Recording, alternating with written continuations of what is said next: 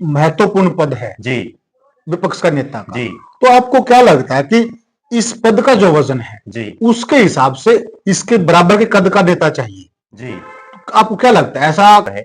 और कांग्रेस को ऐसा नेता चाहिए जो विधानसभा के साथ साथ सड़क पर भी लोगों की आवाज उठा सके। दूसरा गीता भुक्कल, लेकिन गीता भुक्कल के साथ वही समस्या है कि वो चौरे भूपेंद्र सिंह हुड्डा के खेमे की बिल्कुल कट्टर समर्थक मानी जाती है।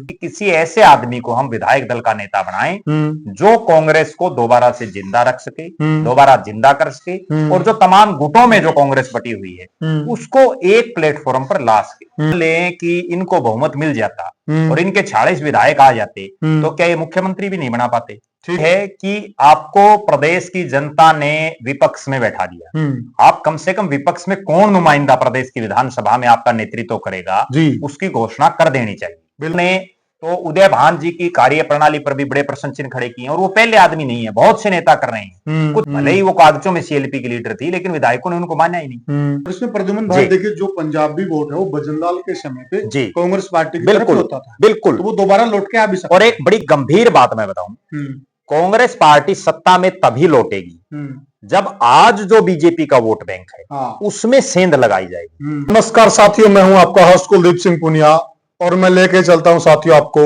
राजनीति की दुनिया।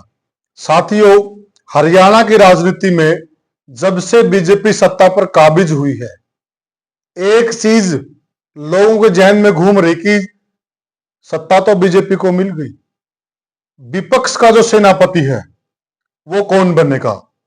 क्योंकि विपक्ष के सेनापति का अहम रोल रहने वाला है हरियाणा की विधानसभा में, और 13 तारीख से हरियाणा की विधानसभा का सेशन शुरू हो रहा है। तो जनता यह जानना चाहती है कि कांग्रेस पार्टी की जो कमान है वो किसको मिलने जा रही है, क्योंकि जो विपक्ष का नेता होता है सदन में उसका बहुत बड़ा रोल होता है। सरकार को समय समय पर बेनकाब करना, लगाम लगाना, नकेल डालना, यह बड़ी जिम्मेदारी विपक्ष के नेता की होती है। और कयासों का और अटकलों का बाजार गर्म है कि उसको मिलने जा रही कांग्रेस की बागडोर, उसको मिलने जा रही है, तरह तरह के नाम आ रहे हैं, आखिर में मिलने किसको जा रही है? इस सारी चर्चा पर हमारे साथ जुड़ गए हैं वरिष्ठ पत्रकार और राजनीतिक विश्लेषक प्रद्युमन जोशीला जी। प्रद्युमन भाई, सबसे पहले तो राम राम जी। नमस्कार सभी दर्शकों को, नमस्कार, राम राम। प्रद्युमन भाई देखिए जी, विपक्ष के नेता का जो रोल होता है वो बहुत बड़ा रोल होता है जी। अगर विपक्ष का नेता मजबूत हो जी तो वो सरकार को बेनकाब कर सकता है जी, सरकार को आईना दिखा सकता है जी, और कहीं न कहीं एक मजबूत विपक्ष की भूमिका निभा सकता है जी। तो आप क्या मान के चल रहे हैं, आपको सारा जो हरियाणा का आजकल का परिदृश्य है जी उसको देखते हुए आपको क्या लग रहा है कि यह जिम्मेदारी किसे मिलनी चाहिए और कौन मजबूत हो सकता है? देखो पुनिया साहब, कई सालों के बाद ये ऐसा मौका मिला है जब हरियाणा में विपक्ष बड़ा मजबूत स्थिति में है जी, क्योंकि आज हरियाणा प्रदेश में विपक्ष के 39 विधायक हैं जी, और जो सत्ता पक्ष है उसके पास 51 विधायक हैं, जिसमें 48 बीजेपी के और 3 निर्दलीय जी। और विपक्ष इतना मजबूत जो लोगों ने चुन करके भेजा है, उसके बावजूद अभी तक कांग्रेस पार्टी अपना जो उनका विधायक दल का नेता है, जिसको नेता प्रतिपक्ष की संख्या मिलेगी जी, वो अभी तक नहीं बना पाई है। और उस पर पूरे प्रदेश की राजनीतिक लोगों की भी और आम लोगों की भी बड़ी टकटकी लगी हुई। मैं प्रद्युमन जी एक सवाल ले लेता हूं, जनता की तरफ से सवाल है जी। अभी तक कांग्रेस सीएलपी लीडर नहीं बना पाई जी, तो क्या इससे कांग्रेस की कमजोरी नहीं झलकती है? देखो, निश्चित रूप से कांग्रेस की कमजोरी झलक रही है, और ना केवल कमजोरी बल्कि कांग्रेस पार्टी में इस तरह की एक प्री पार्टी चल रही है वर्षों से, जब से कांग्रेस कमजोर हुई है। हाँ। 2014 में जब केंद्र में भारतीय जनता पार्टी की सरकार आई जी, और कांग्रेस पार्टी विपक्ष की का नेता जो बनता है उसके लिए भी अपना बहुमत नहीं जुटा पाई, उसके बाद से कांग्रेस हर फैसला लेट ले रही है। हरियाणा प्रदेश के अगर बात करें हम तो विधानसभा चुनाव को ले लीजिए, भारतीय जनता पार्टी ने तो कई दिन पहले टिकटों की घोषणा कर दी थी जी। और कांग्रेस पार्टी तो जिस दिन चुनाव का नॉमिनेशन का आखिरी दिन था तब तक बिल्कुल। अपनी टिकटें घोषित कर रही थी। उसी तरह से लोकसभा चुनाव में ले लीजिए, भारतीय जनता पार्टी ने तो चुनाव घोषित होने से पहले अपने सारा काम जो था ताम झाम सब मैदान में उतार दिया था, जी। अपने प्रत्याशियों की घोषणा बहुत दिन पहले कर दी थी, जबकि कांग्रेस पार्टी तो एंड टाइम पे हर चीज कर रही है। और अब एक हरियाणा में एक कहावत है जो चुटकुले बन जाते हैं, और वो एक चुटकुला कांग्रेस पे बन गया कि अगर मान लें कि इनको बहुमत मिल जाता और इनके 46 विधायक आ जाते तो क्या ये मुख्यमंत्री भी नहीं बना पाते। और जिस तरह के हालात है उस हालात से तो ऐसा लग रहा है कि हो सकता है ये मुख्यमंत्री भी ना बना पाते। बीच में एक रिक्वेस्ट कर देते हैं जी, जो तमाम दर्शक हैं उनसे हमारी हाथ जोड़ के विनती है, साथियों हम जो मेहनत कर रहे हैं आपके प्यार के लिए कर रहे हैं और आपका सपोर्ट हमें जरूर चाहिए, आपका सपोर्ट ही हमें आगे बढ़ाता है। तो सभी साथियों से निवेदन है कि वे वीडियो को ज्यादा से ज्यादा शेयर करें, चैनल को जरूर सब्सक्राइब करें और फेसबुक पे वो फॉलो करें। साथियों सबसे हमारा हाथ जोड़कर निवेदन है साथियों, आपका सब्सक्राइब हमें आगे बढ़ाता है। जी प्रद्युमन जी आगे चलिए। तो अब जो बात है वो ये है कि आपको प्रदेश की जनता ने विपक्ष में बैठा दिया, आप कम से कम विपक्ष में कौन नुमाइंदा प्रदेश की विधानसभा में आपका नेतृत्व करेगा जी। उसकी घोषणा कर देनी चाहिए। बिल्कुल। पहला जिस दिन विधायकों की शपथ ग्रहण समारोह था उस दिन जो है विधानसभा का सेशन हुआ, उसमें बिना विपक्ष के नेता के बैठना पड़ा कांग्रेस पार्टी को। जी। अब जो है उस सेशन का जो दूसरा पार्ट है 13 तारीख से शुरू हो रहा है और अभी भी ये सिर्फ टकटकियां चल रही हैं कि किसको बनाएंगे। अभी एक चीज और है खास कि ये भी नहीं कि कांग्रेस में वरिष्ठ नेताओं की कमी है, कांग्रेस में इस बार भी काफी वरिष्ठ विधायक जीत करके फिर से आए हैं, चाहे वो चौधरी भूपेंद्र सिंह हुड्डा हो, चाहे वो जो है रघुवीर सिंह कादियान हो, कई बार के विधायक हैं, अशोक अरोड़ा हैं, आफताब अहमद हैं, शकुंतला खटक भी कई बार लगातार जीतती रही हैं, गीता भुक्कल हैं, दीदी बत्रा हैं। तो ये तमाम इस तरह से चेहरे हैं जिनमें चंद्रमोहन हैं कि मजबूत आदमी काफी हैं, लेकिन कोई फैसला इसलिए नहीं हो पा रहा, जो सबसे बड़ी मैं जो समझ पा रहा हूं कि विधानसभा के चुनाव में चौधरी भूपेंद्र सिंह हुड्डा और उनके खेमे को फ्री हैंड कांग्रेस ने एक तरह से दे रखा था और उसका परिणाम ये रहा कि कांग्रेस जीती जाती बाजी हार गई।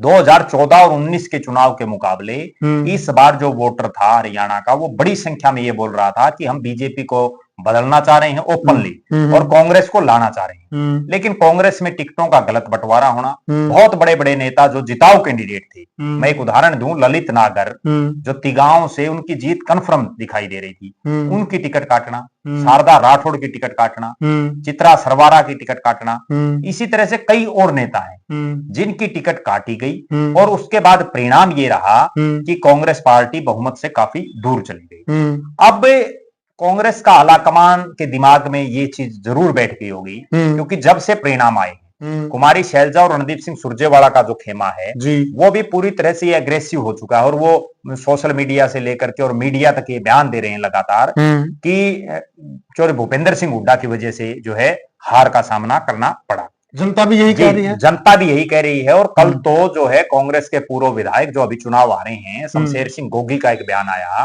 और उन्होंने तो यहां तक कहा कि दीपक बाबरिया जो है वो भारतीय जनता पार्टी के लिए काम कर रहे हैं, जो प्रदेश के प्रभारी हैं, और उन्होंने स्पष्ट तौर पर कहा कि जो उदय भान जी ने एक कमेटी बनाई है 8 आदमियों की, वे उस कमेटी में उन लोगों को शामिल किया गया है जो खुद कांग्रेस की टिकट पर हारे हुए हैं, वो किस चीज का मूल्यांकन करेंगे, किस चीज का आकलन करेंगे।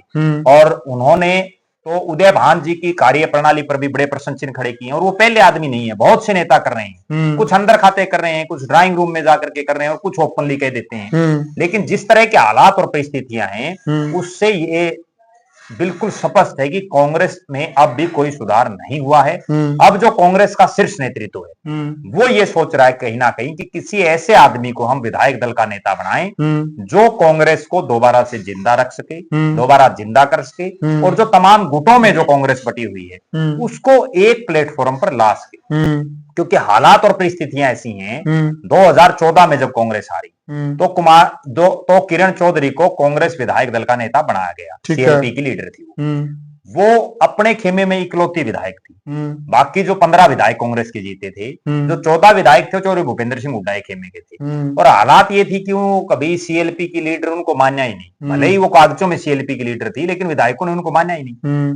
और उसके बाद हालात ये बनी कि 2019 में चौधरी भूपेंद्र सिंह हुड्डा को विपक्ष का नेता बना दिया गया, कांग्रेस विधायक दल का नेता कह सकते हैं। और तब वो बहुत सी ऐसी मीटिंगें थी जिनमें किरण चौधरी और जो कुमारी शैलजा के जो समर्थक विधायक थे वो नदारद दिखे।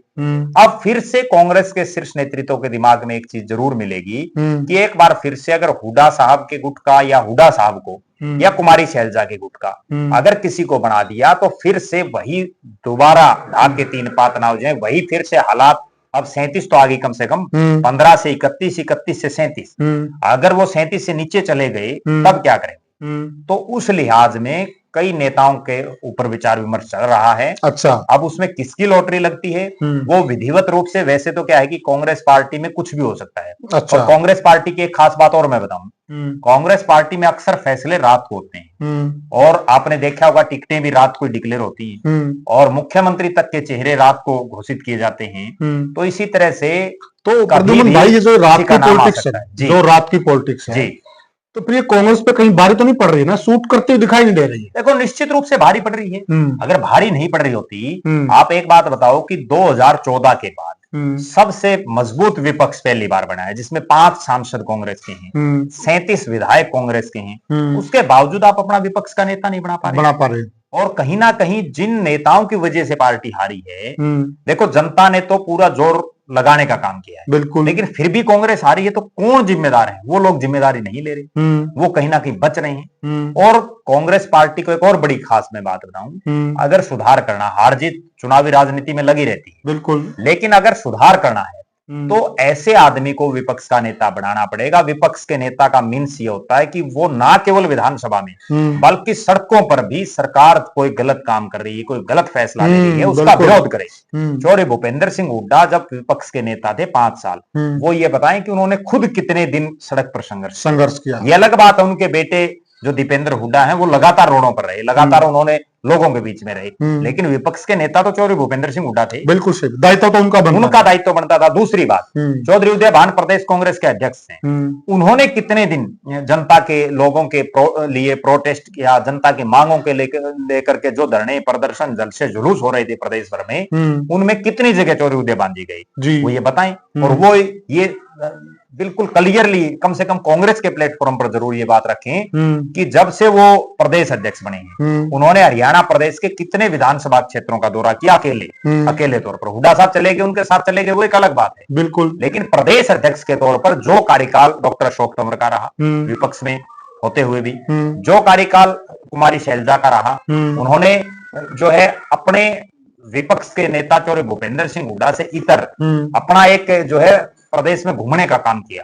भले ही उसका असर पड़ा ना पड़ा, लेकिन वो कम से कम घूमे तो। बिल्कुल, उदय भान जी तो कहीं गए ही नहीं। और उसके बावजूद उदय भान जी की जो बोलने की शैली है या जो वो बात कह रहे हैं, वो ये कह रहे हैं कि कौन किरण चौधरी, इस तरह की टिप्पणी करना, इस तरह की टिप्पणी करना, निश्चित रूप से आप प्रदेश के अध्यक्ष हैं, आप कोई अकेले उदय भान नहीं है, आप प्रदेश हरियाणा प्रदेश कांग्रेस कमेटी के अध्यक्ष बोल रहे हैं। बिल्कुल, अगर आप अकेले उदय भान होते तो आप कोई बात नहीं, आप तो कुछ भी बोलते। देखिए कहीं न कहीं इस प्रकार की जो भाषा शैली है जी, इस प्रकार की भाषा शैली कांग्रेस को और ज्यादा कमजोर कर रही है। ये ले डूबी, हाँ, अगर वो चौड़ से बोल रहे हैं, चौड़ करके बोल रहे हैं जी, तो इस पर लगाम लगानी पड़ेगी और कांग्रेस पार्टी को भी ऐसे नेताओं पर लगाम कसनी पड़ेगी मजबूती के साथ। कांग्रेस पार्टी भी वो लगाम कसने की स्थिति में दिखाई नहीं दे रही। वरना आपको एक खास बात बताता हूं, होता क्या है कि जिस भी स्टेट में पार्टी हार जाती उस स्टेट में हारने के बाद या तो उस राज्य के नेता प्रतिपक्ष या उस समय जो कोई मुख्यमंत्री हो उस पार्टी का, बिल्कुल, या प्रदेश का अध्यक्ष, वो नैतिकता के आधार पर इस्तीफा दे देता है। बिल्कुल, अगर वो नहीं देता है तो पार्टी का शीर्ष नेतृत्व उसकी रिप्लेसमेंट कर देता है। हमने बहुत जगह देखा है। बिल्कुल सही कहा, ठीक है, लेकिन यहां नहीं हो पा रहा। और मैं बड़ी एक दावे के साथ एक बात आपको बताऊं, अगर by chance Bharatiya Janata party चुनाव हार जाती तो मोहनलाल बड़ौली जी की छुट्टी हो जाती है। बिल्कुल सही कहा, लेकिन बीजेपी तुरंत फैसला लेने में माहिर है, जबकि कांग्रेस पार्टी में वो कला है ही नहीं। हमने देखा लोकसभा में हार हुई, यहाँ की जिला प्रधान की आशा केंद्र तुरंत हटा दिया, तुरंत प्रभाव, बिल्कुल तुरंत प्रभाव से। और कांग्रेस पार्टी में तो जिला प्रधान है ही नहीं, जो बना रखे हैं। आप एक बात बताओ, हार हुई है, कोई दो राय नहीं है, किसी की वजह से तो हुई है, कोई तो उसकी रिस्पॉन्सिबिलिटी ले, बिल्कुल, लेकिन नहीं ले पा रही। तो क्या लगता है प्रद्युमन भाई, आपकी नजर में जो ये बहुत ही महत्वपूर्ण पद है जी विपक्ष का नेता का, जी तो आपको क्या लगता है कि इस पद का जो वजन है जी उसके हिसाब से इसके बराबर के कद का नेता चाहिए? जी। आपको क्या लगता है ऐसा कांग्रेस पार्टी में कौन कौन नेता हो सकता देखो, मेरा ऐसा मानना है कि पार्टी ना तो कोई बराबर का कद का कुछ देखती। है? पार्टी तो फिर ये जब गलत नहीं जब होगा? जब इस तरह की बातें पार्टी करती रहती है हम्म। कि हम सर्वे के आधार पर टिकटें देंगे, हम्म। हम जो है जो जिताऊ प्रत्याशी होंगे वो टिकटें दे उनको टिकट देंगे, हम्म। और सोमवीर शोराण जिन्होंने बारडा से, जिनका कोई लेना देना नहीं, उनको हम्म। बारडा से टिकट दे दी। हम्म। कहीं ना कहीं पार्टी का कोई सिस्टम है नहीं, हम्म। लेकिन मुझे जो लग रहा है, मैं ये और बात इसलिए कह रहा हूँ थोड़ा जी दर्शक भी समझ पाएंगे, जी क्योंकि आप भी सुन रहे हो, हम 2-4 दिन से मीडिया में सुन रहे हैं जी कि विनेश फोगाट को बनाया जा सकता जी है। देखिए, विनेश फोगाट की उम्र हम जानते हैं, जी हम उसके खिलाफ नहीं हैं, जी पर हम ये कहना चाहते हैं कि बहुत मजबूत और बहुत बड़ा पद है, बहुत अहम पद है, ये ऐसे हल्के में नहीं लिया जा जी सकता। उनकी वो पहली बार चुन के आई हैं और उनका राजनीति का कोई लंबा चौड़ा अनुभव नहीं है। जी यहाँ पर बहुत अनुभवी आदमी चाहिए। अगर इस तरह के नाम कांग्रेस पार्टी से निकल के आ रहे हैं जी। तो इसका मतलब कांग्रेस पार्टी ने कोई सबक नहीं लिया। देखो, पिछले 3-4 दिन से मेरे पास जो आप बात कर रहे हो, ये आपकी बात ठीक है, मेरे पास भी बहुत से लोगों में फोन आ रहे हैं कि विनेश फोगाट को नेता प्रतिपक्ष बनाया जा सकता है। जी। लेकिन अगर विनेश फोगाट को ही नेता प्रतिपक्ष बनाया जाता है तो निश्चित रूप से कांग्रेस पार्टी का दिवालियापन पिट चुका है। जी। और वो दिवालियापन इसलिए पिट चुका है कि विनेश फोगाट पहला चुनाव उन्होंने लड़ा है। चुनाव लड़ने से पहले वो राजनीति में कभी नहीं थी। एक आदमी पहला चुनाव लड़े एक अलग बात है, मनोहर लाल जी भी पहला चुनाव लड़के प्रदेश के सीएम बने थे, लेकिन वो उससे पहले संघ की राजनीति में थे और संगठन का बहुत लंबा चौड़ा जो उनको अनुभव था। यस। दूसरी तरफ विनेश फोगाट, ठीक है, वो एक कुश्ती की बहुत बढ़िया खिलाड़ी हैं, लेकिन आप एक फील्ड में खिलाड़ी हैं, राजनीति में आप राजनीति के खिलाड़ी नहीं है। देखिए, अगर आप राजनीति के खिलाड़ी होती, मैं बड़ी गंभीर बात बताऊं, जिस दिन विनेश फोगाट की टिकट डिक्लेयर हुई उस दिन पूरे हरियाणा प्रदेश में ये चर्चाएं थी कि हरियाणा प्रदेश में सबसे बड़ी जीत विनेश फोगाट की होगी और वो 70,000 से चुनाव जीतेगी। और हालात आप देखिए, जब आप चुनाव परिणाम आया, बिल्कुल क्या हालात रहे। बिल्कुल ठीक है, वो तो केवल इसलिए चुनाव जीतगी कि जो इनेलो के प्रत्याशी थे उनका उनके गांव और उनमें इलेक्शन ढीला छोड़, जिसकी वजह से वो चुनाव जीतने में कामयाब होगी। खाप इन्वॉल्व होगी, खाप में कहने पर लाठर साहब ने, वरना तो चुनाव हार भी जाता। अच्छा, अगली बात ये है कि विनेश फोगाट, ठीक है, उन्होंने देश का नाम बहुत ऊंचे स्तर पर लेकर के वो गई, बिल्कुल बहुत बड़ी ओलंपियन रही, खिलाड़ी रही, लेकिन राजनीति में अभी उनको लंबा संघर्ष करने की जरूरत है। जी। दूसरी बात, उनको कुश्ती से जुड़ी हुई कोई कमान देनी हो दी जा सकती है। सरकार आ जाती तो उनको खेल मंत्री बना देते और हो सकता है इस बात की पूरी चर्चाएं भी, बिल्कुल बिल्कुल ठीक है। लेकिन अब उनको क्या है, आप उनको महिला कांग्रेस में जिम्मेदारी दे सकते हैं, आप उनको युवा कांग्रेस में जिम्मेदारी दे सकते हैं, आप उनको खेल प्रकोष्ठ में जिम्मेदारी दे सकते हैं, लेकिन एकदम अगर आप उनको विपक्ष का नेता बनाएंगे, ये अकेला कांग्रेस विधायक दल का नेता नहीं बन रहा, ये साथ में विपक्ष का नेता ही बन रहा है। विपक्ष का नेता वो कम से कम आपको ऐसा आदमी बनाए, उनको तो अभी तक, मेरा ऐसा मानना है, और मानना नहीं, बिल्कुल स्पष्ट बात है, उनको तो विधानसभा की कार्रवाई का भी नहीं पता होगा। तो यहाँ तो एक अनुभवी आदमी चाहिए, और वो आदमी चाहिए जो अनुभवी के साथ साथ सड़क पर संघर्ष कर सके। जी। अगली जो बात है, विनेश फोगाट को आज चुनाव जीते हुए लगभग 1 महीना हो गया। जी। 1 महीने में उन्होंने अपने जुलाना हल्के का ही दौरा नहीं किया जी। और सोशल मीडिया पर लोग ये प्रश्न खड़े कर रहे हैं कि विनेश फोगाट जी आप आ नहीं रही हल्के में, कितनी बड़ी गंभीर बात है। दूसरी बात, अब यहाँ नेता प्रतिपक्ष ऐसे शख्स को बनाना चाहिए, क्योंकि कांग्रेस में सीनियर नेता काफी हैं, लेकिन समस्या वही है कि बहुत से सीनियर नेता हुड्डा साहब के साथ अटैच हैं, कोई सीनियर नेता कुमारी शैलजा के साथ अटैच है। असली कहानी, जो असली बीमारी की जड़ है, वो ये है कि कांग्रेस को जिंदा करना है, ना कि चौधरी भूपेंद्र सिंह हुड्डा या कुमारी शैलजा के। बहुत इंपॉर्टेंट बात करें प्रद्युमन भाई आप। और कांग्रेस हारी क्यों? सिर्फ इसीलिए हारी कि एक तरफ हुड्डा सरकार बनाएगा, दूसरी तरफ जो कुमारी शैलजा के जो प्रत्याशी थे उन्होंने भूपेंद्र सिंह हुड्डा को ज्यादा तवज्जो तक भी नहीं देना चाहिए, बिल्कुल, जिसकी वजह से दोनों तरफ से हार हुई। अब कांग्रेस के पास कौन हो सकता है विपक्ष का नेता? उसमें मैं अगर बात करूं, अगर कांग्रेस किसी जाट चेहरे को ही चुनावी जो है विपक्ष का नेता बनाती है, सीएलपी बनाती है, तो उसमें मेरा निश्चित तौर पर यही मानना है कि पहला नाम चौधरी भूपेंद्र सिंह हुड्डा का ही रहेगा, क्योंकि हुड्डा साहब ये पूरी कोशिश करेंगे कि किसी भी तरह से कांग्रेस की कमान उनके हाथ में रहे। और उसका कारण भी यही है कि अगर विपक्ष के नेता की कमान उनके हाथ से चली जाती है तो हुड्डा साहब ना तो आज किसी और पद पर, और उसके बाद जो है प्रदेश में जो उनका एक राजनीतिक कद हालांकि इस चुनाव के बाद कम हुआ है कुछ ना कुछ, उनकी विश्वसनीयता भी कमजोर हुई है, वो और ज्यादा कमजोरी पर आ जाएगी। सुनने में ये आ रहा है प्रद्युमन भाई कि हुड्डा साहब को प्रतिपक्ष नेता बनाने के लिए करीब करीब 28 विधायकों के साइन की हुई चिट्ठी हाईकमान को चली गई है। जी, आपकी बात बिल्कुल सही है। हुड्डा साहब ने जब कांग्रेस विधायक दल की मीटिंग होनी थी विपक्ष विधायक दल का नेता चुनने के लिए, तो उससे पहले अपने दिल्ली स्थित आवास पर जो उनके सांसद बेटे दीपेंद्र हुड्डा की कोठी है, वहां तमाम अपने विधायकों को बुलाया था जो उनके खेमे, और उसी दिन ये तय हो गया था कि हुड्डा साहब किसी भी हालात और किसी भी परिस्थिति में जाकर के सीएलपी का जो नेता है वो पद नहीं छोड़े। उसमें तो सुनने में ये आ रहा है कि कई जो एक दो विधायक शैलजा के खेमे से जीता हुआ था वो भी वहां पर चले गए। नहीं, बिल्कुल चले गए थे, उनका पता भी है। हाँ। जिनमें एक सिरसा लोकसभा क्षेत्र के विधायक हैं बलवान सिंह दौलतपुरिया, जो कुमारी शैलजा के बड़े खासम खास हैं, लेकिन वो वहां मौजूद थे।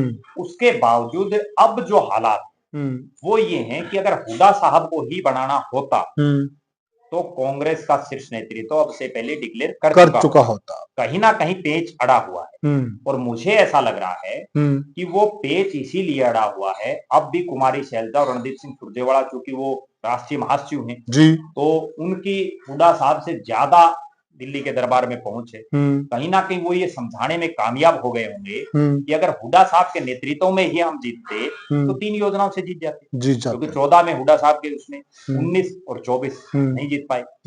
अब किसको कमान दी जाए, ये सबसे बड़ी बात। नेतृत्व बदलना पड़ेगा, और कई बार ये होता है कि नेतृत्व किसको दे।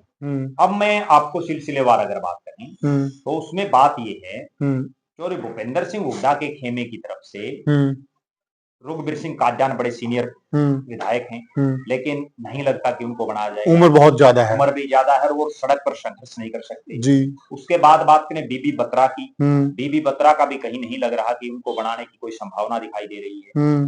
यहाँ 2 नाम मैं देख पा रहा हूँ हुड्डा साहब के बीच, जिनमें एक नाम अशोक अरोड़ा जी, जो हुड्डा साहब के साथ साथ कुमारी शैलजा भी उन पर सहमत हो सकती है। और अशोक अरोड़ा की जो सबसे खास बात मैं दर्शकों को बताऊं, वो मंत्री भी रह चुके हैं, परिवहन विभाग के अनुभवी भी हैं, विधानसभा के भी स्पीकर रह चुके हैं, और इंडियन नेशनल लोकदल जो विपक्ष की बहुत बड़ी पार्टी किसी समय रही है, उस इंडियन नेशनल लोकदल के वो 16 साल तक लगातार प्रदेश के अध्यक्ष रहे हैं। 16 साल किसी अरोड़ा को बनाने से जो चौधरी देवीलाल के समर्थक हैं या जो चौधरी देवीलाल की पार्टियों में चूंकि वो रहे हैं, तो निश्चित रूप से वो उनको भी अपने साथ लाने का काम कर सकते हैं। अशोक अरोड़ा को बनाने से चूंकि एक अनुभवी आदमी है, लेकिन मेन बात यही है कि वो सड़क पर कितना संघर्ष कर पाते हैं। इतना जरूर है कि अशोक अरोड़ा पर ना तो पक्की छाप चौधरी भूपेंद्र सिंह हुड्डा की है और ना पक्की छाप कुमारी शैलजा की जी। सिर्फ इतना है कि वो कुछ ही साल पहले कांग्रेस में आए, पिछला चुनाव वो हार भी गए थे बहुत क्लोज मार्जिन से, लेकिन इस बार वो चुनाव जीत गए। और अशोक अरोड़ा को बनाने से एक बड़ी गजब की केमिस्ट्री और होगी, वो ये होगी कि हरियाणा में ये एक बिरला ही मौका ऐसा मिलता है जब प्रदेश का मुख्यमंत्री भी उसी जिले से हो और प्रदेश में विपक्ष का नेता भी उसी जिले से हो, साथ लगते दोनों विधानसभा क्षेत्र हैं, लाडवा और थानेसर, अगर उनको बना देते हैं तो। दूसरा गीता भुक्कल, लेकिन गीता भुक्कल के साथ वही समस्या है कि वो चौधरी भूपेंद्र सिंह हुड्डा के खेमे की बिल्कुल कट्टर समर्थक मानी जाती है, तो कहीं ना कहीं और उन पर कुमारी शैलजा भी दिक्कत कर सकती है।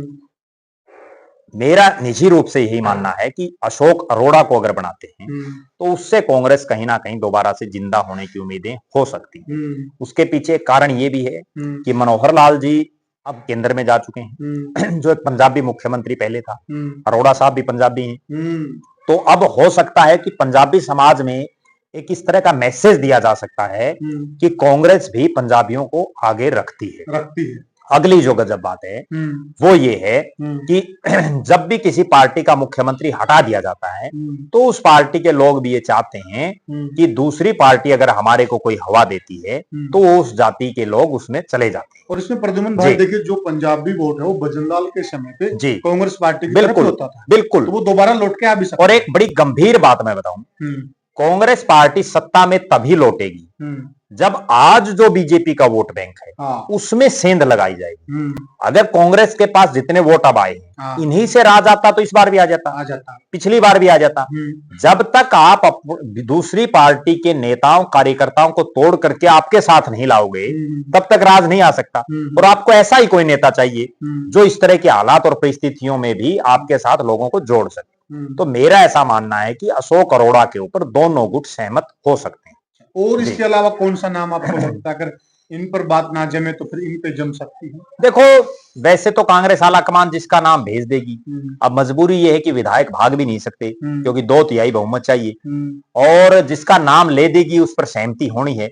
लेकिन कुछ एक ऐसे चेहरे दिखाई दे रहे हैं, जैसे एक उदाहरण मैं आपको दूं गोकुल सेतिया का, सिरसा से आते हैं, बड़े अग्रेसिव विधायक के तौर पर दिखाई दे रहे हैं और लगातार संघर्ष कर रहे हैं सिरसा के लिए। पिछली बार भी वो बहुत कम मार्जिन से चुनाव हार गए थे, लेकिन उनका खुद का इतना बड़ा कद नहीं है। हाँ, ये जरूर है उनके जो नाना हैं लक्ष्मण दास अरोड़ा, उनका बहुत बड़ा नाम किसी समय रहा है प्रदेश की राजनीति में, मंत्री रहे हैं कई बार सिरसा के विधायक रहे हैं। और गोकुल सेतिया ने भी रोड पर बड़ा लंबा संघर्ष किया है, लेकिन बात वही कि वो अनुभव नहीं है उनके पास अनुभवहीन है। ठीक है, इतना जरूर है कि विनेश फोगाट से ज्यादा अनुभवी, लेकिन उतना अनुभव नहीं है जितना अनुभव एक विपक्ष के नेता के तौर पर एक परिपक्व नेता वहां चाहिए। तब जाकर के आपकी बात बनेगी। क्योंकि इस बार आपके साथ एक और बड़ी समस्या है कांग्रेस के साथ। पहले कांग्रेस को एक आदमी का सहारा, एक नेता का और सहारा मिलता था, वो था अभय सिंह चौटाला का। अभय सिंह चौटाला विपक्ष में मुखर होकर के बोलते थे, भले ही वो विधायक दल के अकेले जीते हों इनेलो से, लेकिन अब अभय सिंह चौटाला भी नहीं है। तो अब उनकी कमी को आदित्य और अर्जुन कितना पूरी कर पाते हैं वो भी देखने वाली एक बड़ी बात है। और अब सारा जिम्मा कांग्रेस के कंधों पर है और कांग्रेस को ऐसा नेता चाहिए जो विधानसभा के साथ साथ सड़क पर भी लोगों की आवाज उठा सके और सही मायने में विपक्ष की भूमिका निभा सके।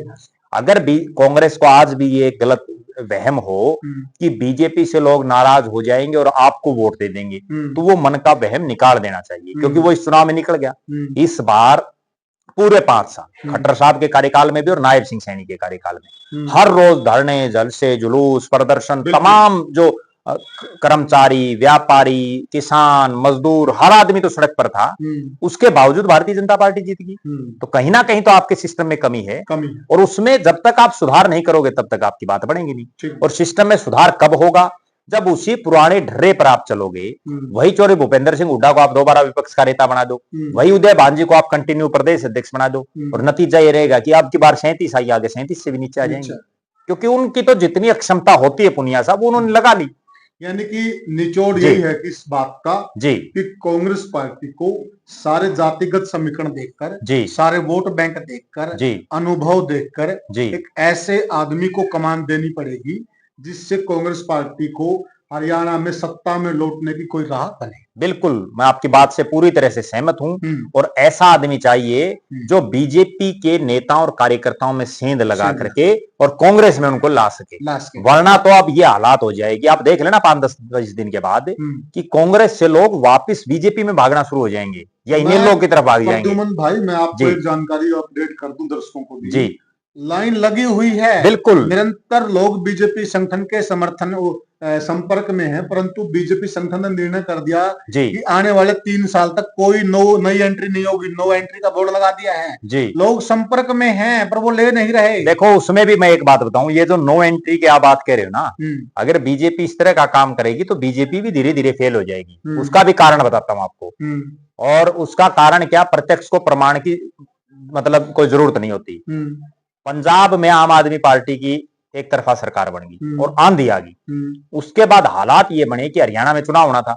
हरियाणा में बीजेपी, कांग्रेस, जेजेपी, इनेलो, तमाम पार्टियों के लोग आम आदमी पार्टी में शामिल होने के लिए बिल्कुल तैयार बैठे थे। और तभी क्या किया, ऊपर से अरविंद केजरीवाल जी, सुशील गुप्ता जी, उन सब ने ये कहा कि हम तो जो है एंट्री उसी आदमी को देंगे जो हमारे इन मानकों पर खरा उतरेगा, या इंटरव्यू लेंगे, हम ये देखेंगे, वो देखेंगे, फलाना करेंगे, ढिमका करेंगे, पूरी ढिंढोरेबाजी की। और उसका परिणाम क्या हुआ, आज आप देखो आम आदमी पार्टी क्या हालात है। अगर वो उस टाइम पर उन लोगों को ले लेते तो हवा कुछ और ही होती। कई काम के आदमी खो दिए, बिल्कुल, वो हवा कुछ और ही होती। तो कहीं ना कहीं पार्टियों को कभी अपनी एंट्री बंद नहीं करनी चाहिए, क्योंकि वो अगर बीजेपी में आएंगे ना, कम से कम प्रचार तो बीजेपी का करेंगे। तो अब इस जी बात को समाप्ति जी की ओर लेके जाए जी प्रद्युमन भाई। तो साथियों, प्रद्युमन भाई ने बिल्कुल सारा निचोड़ निकाल दिया। अगर कांग्रेस को सत्ता में लौटना है तो इन बातों की तरफ ध्यान देना पड़ेगा, और अगर वो उसी पुराने ढर्रे पर चलती है फिर वही डाक के तीन पात रहने वाले हैं, होना हाना कुछ नहीं है। आप क्या सोचते हैं, आप क्या मानते हैं, हमें कमेंट सेक्शन में जरूर बताइएगा। वीडियो को ज्यादा से ज्यादा शेयर कीजिएगा, चैनल को सब्सक्राइब कीजिएगा। तो साथियों आगे फिर मिलते हैं किसी और मुद्दे को लेकर, तब तक के लिए आपको साथियों राम राम। राम राम।